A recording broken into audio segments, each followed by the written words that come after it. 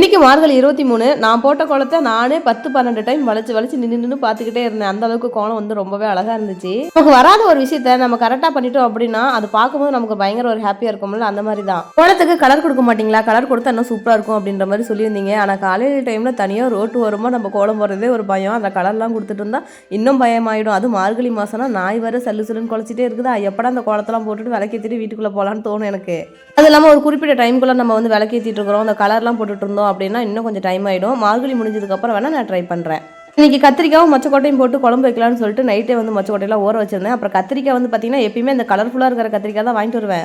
ஆனால் அந்த கத்திரிப்பு கலரில் இருக்கிற கத்திரிக்காய்லாம் வந்து பார்த்தீங்கன்னா சந்தையில் கொஞ்சம் வாடி போன மாதிரி இருந்துச்சு. இந்த கத்திரிக்காய் தான் கொஞ்சம் வந்து ஃப்ரெஷ்ஷாக இருந்த மாதிரி இருந்துச்சா. நமக்கு கலர் முக்கியமா இல்லை ஃப்ரெஷ் ஆகிற காய் முக்கியமான, ஃப்ரெஷ் ஆகிற காய் தான் முக்கியம். அது இல்லாமல் இந்த காய் வந்து கொஞ்சம் பிஞ்சு காயாக இருந்துச்சு, சரின்ட்டு அதே வாங்கிட்டு வந்திருந்தேன். மறக்காம நைட்டே வந்து பார்த்தீங்கன்னா மொச்சை ஊற வச்சிட்டேன். காலையில் அந்த குழம்புக்கு ரெடி பண்ணிட்டேன். மணத்தக்காளி கீரை அதிகமாக எடுத்துக்காதீங்க, அது வந்து குளிர்ச்சி அப்படின்ற மாதிரி ஒரு சில பேர் சொல்றீங்க. ஆனால் டாக்டர் வந்து பார்த்தீங்கன்னா ரெகுலராகவே இந்த கீரை எடுத்துக்க சொல்றாங்க.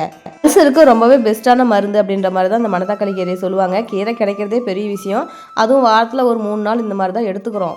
வீடியோவில் நீங்களே எதிர்பார்க்காத ஒரு விஷயம், என்னுடைய கணவர் வந்து பார்த்தீங்கன்னா பாத்திரம் வலிக்கிட்டு இருந்தாங்க. அந்த சமைச்சு முடிக்கிறதுக்குள்ளே கால்லாம் பயங்கர வலி எடுத்துக்கிச்சா, ரொம்பவே வலி தாங்க முடியல, போய் படுத்துக்கிட்டேன். குட்டிமா வந்து அந்த கால் மேலே உட்காந்துட்டு இருக்கோம் தான் ஓரளவுக்கு கால் வலி கொஞ்சம் நல்லா இருந்த மாதிரி இருந்துச்சு. யாரும் என்ன திட்டாதீங்கப்பா, அவராக தான் வந்து பாத்திரம் வளர்க்குறேன்னு வலிக்கிட்டு இருந்தாரு.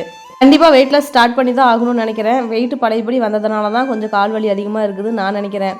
டாக்டருமே அதை தான் சொன்னாங்க. திரும்ப வெயிட் லாஸ்க்குள்ளே போகணும்னு நினச்சாவே பயமாக இருக்குது. ஜெய்கிட்டி வந்து பார்த்தீங்கன்னா அவனே சாப்பாடுலாம் போட்டு சாப்பிட்டு லஞ்ச் பாக்ஸ்லாம் பேக் பண்ணி அவனே ஸ்கூல் ரெடியாக கிளம்பிட்டான். ஆனால் மேடத்துக்கு அப்படி இல்லையே. 4 மணி நேரம் போல தான் ரெஸ்ட் எடுத்துருப்பேன். அதுக்கப்புறம் குட்டிமா ரெடி பண்ணி ஸ்கூல் அனுப்பி விட்டாச்சு.